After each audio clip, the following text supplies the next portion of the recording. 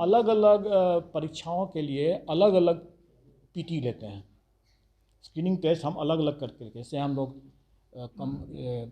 Combined civil services के लिए हम जैसे लेते हैं, जैसे 68 हुआ, 69 होगा। दूसरी तरफ हम CDPO के लिए भी अलग से पीटी लेते हैं।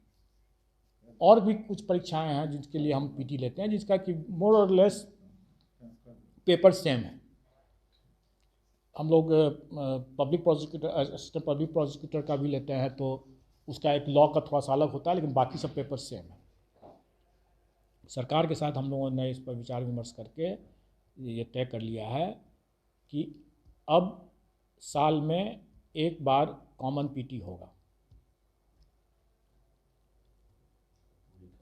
साल में एक बार कॉमन पीटी होगा। इसका मतलब ये हुआ कि 69th की जो परीक्षा होगी उसी में सम्मिलित हम करेंगे अन्य जो सिमिलर नेचर के जो एग्ज़ाम्स पीटी का हम कराते हैं, जैसे CDPO का मैंने आपको एक उदाहरण दिया, और भी है, वो सभी का एक ही साथ होगा, परीक्षा एक साथ होगा, पीटी।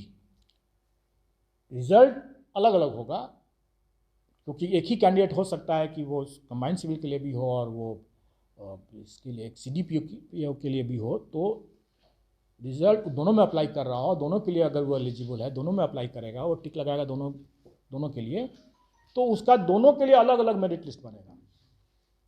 क्योंकि दोनों परीक्षा हम एक साथ ले रहे हैं, लेकिन बाकी चीज़ उसका सेपरेट है, तो इसीलिए वो एक ही परीक्षा देगा। उसका एक तरह समझें कि आप उसका एक स्कोर हो जाएगा, और उसके बाद वो वैकेंसी के हिसाब से चूँकि अलग है उसका मामला CDPO का, तो उसका उसी स्कोर से CDPO का भी उसका मेरिट लिस्ट निकल आएगा।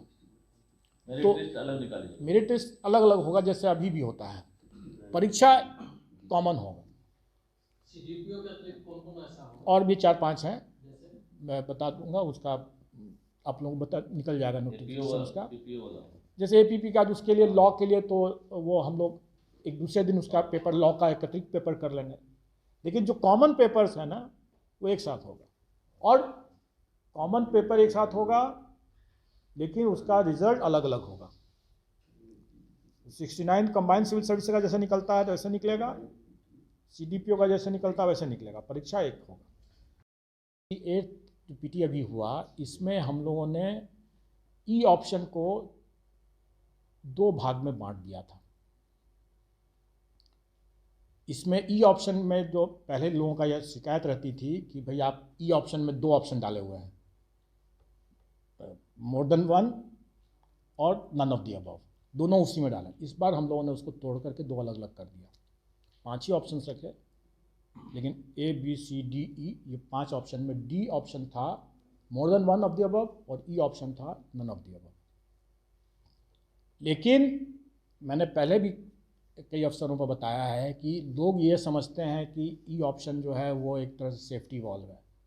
वो इसलिए लोग समझते हैं क्योंकि E ऑप्शन जो है वो पैसिव ऑप्शन है, इसका हम उपयोग नहीं करते हैं, जब मिस्टेक होता है तब उसका उपयोग करते हैं। ये भ्रांति लोगों के मन में तोड़ने की आवश्यकता थी, और इसलिए इस बार ई ऑप्शन जो था, अब तो वो 2 भाग में टूट गया, D और E, और पांचों के पांचों ऑप्शन जो थे वो एक्टिव ऑप्शन थे।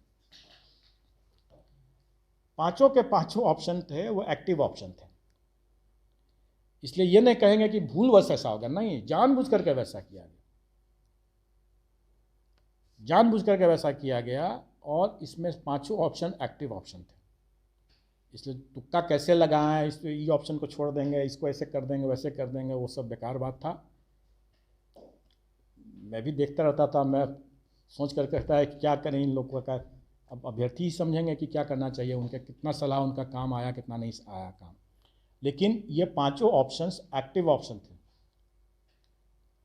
और इसमें कोई भी मतलब ऐसा नहीं था कि हम उसको भूलवश क्या रख दिया, ऐसा नहीं था।